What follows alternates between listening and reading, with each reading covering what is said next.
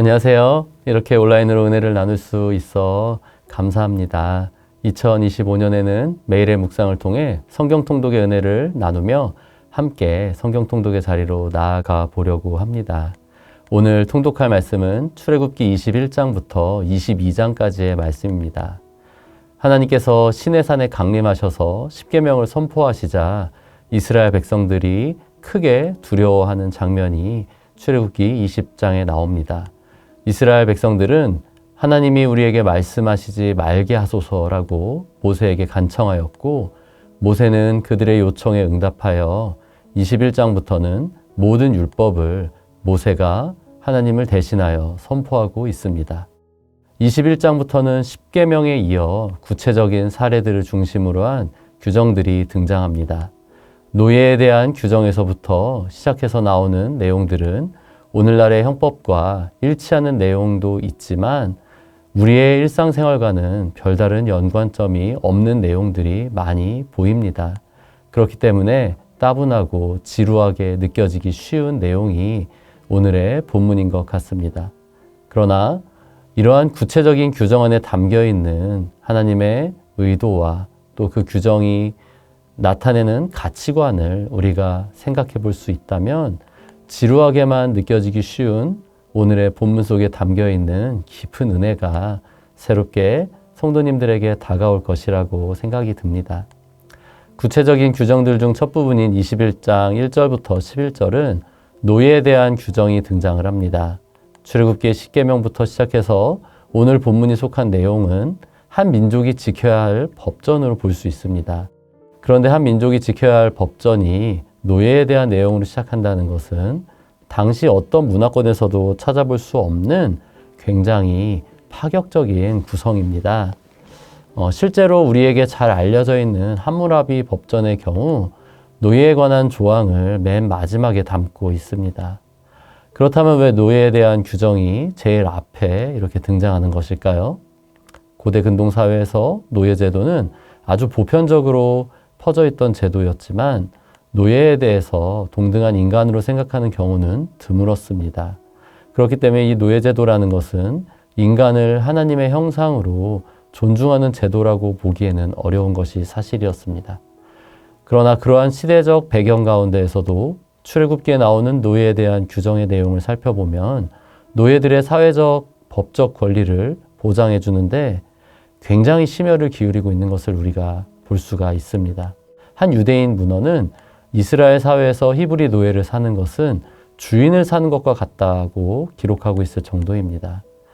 출애굽기 21장 1절부터 11절까지 나오는 이 노예에 대한 규정을 읽으실 때에는 그래서 노예에 대해서도 사회적, 법적 권리를 보장해주고자 하는 하나님의 섬세한 마음을 염두에 두면서 읽으시면 더 큰 은혜가 있을 것 같습니다.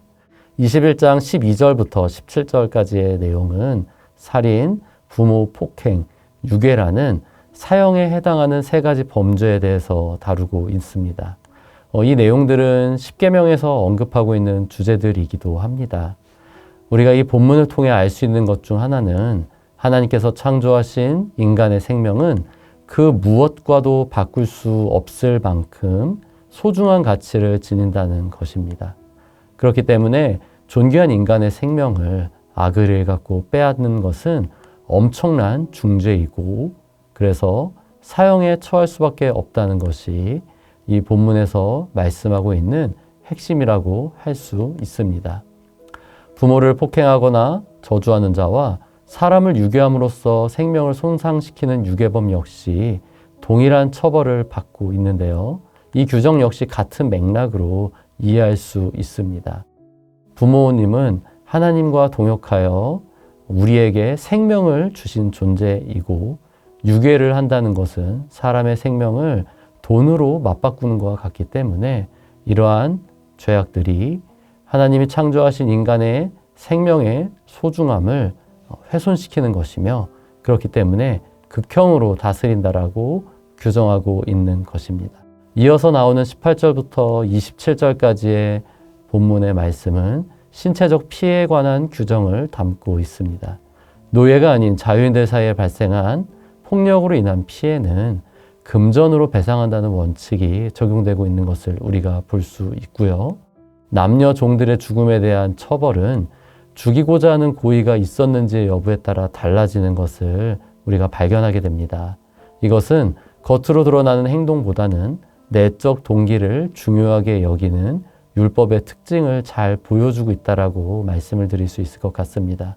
그리고 또한 하나님께서는 우리의 중심을 보신다라고 말씀하고 있는 성경의 전체적인 맥락과도 잘 일치하는 내용으로 볼 수 있습니다. 21장 33절부터 22장 15절까지는 다른 사람의 재산에 손해를 입히는 죄에 대한 규정을 담고 있습니다. 상당히 구체적인 예를 들어 규정하고 있는 이번 내용의 핵심은 다른 사람의 재산에 손해를 입힐 경우 어떤 형태로든지 자신의 잘못에 대한 책임을 져야 한다라고 말씀드릴 수 있을 것 같습니다. 그리고 그 배상의 책임은 항상 상대방에게 최선의 것을 배상하는 것으로 이루어져야 한다라고 규정하고 있습니다. 이어서 나오는 22장 16절부터 31절까지의 말씀은 도덕과 종교에 관한 규정들을 다루고 있습니다. 이 규정들은 성적인 폭력행위가 이루어지는 것을 용납해서는 안 되며 성적인 순결함이 지켜지도록 최선을 다해야 한다는 것을 굉장히 강조하고 있는 것을 우리가 볼 수가 있습니다. 또한 하나님이 아닌 다른 우상을 섬기는 일과 사람을 철저하게 멀리해야 한다는 것을 강조하고 있습니다. 이 부분에 기록된 도덕에 관한 규정들은 철저하게 하나님을 중심으로 하는 거룩한 공동체를 이루어야 하는 이스라엘 백성들이 또한 사회적 약자를 긍휼히 여기고 돌봐야 한다는 것을 말씀하고 있는 것을 우리가 발견하게 됩니다. 자신들과 함께 살아가는 과부와 고아 그리고 나그네 등과 같은 사회적인 약자를 압제하거나 괴롭혀서는 안 된다라는 것이 이 단락에 나오고 있는 도덕에 관한 규정들의 핵심이라고 할 수 있습니다. 저는 오늘 본문을 통독하면서 묵상할 때와는 좀 다른 새로운 은혜를 경험할 수 있었습니다.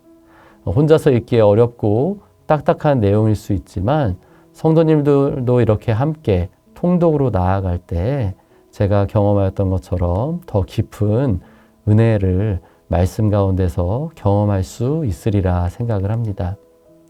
2025년에는 매일의 묵상 통독편을 통해 말씀의 은혜를 더욱 풍성히 누리시기를 예수님의 이름으로 축복드립니다.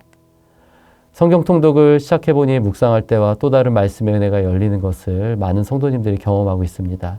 그 은혜는 성경의 전체적인 흐름과 맥락을 파악하는 데서 얻게 되는 은혜인 것 같습니다. 그리고 이러한 은혜는 성경의 특정 구절들을 깊이 묵상할 때보다 일정한 분량을 매일 통독할 때 누릴 수 있는 은혜입니다.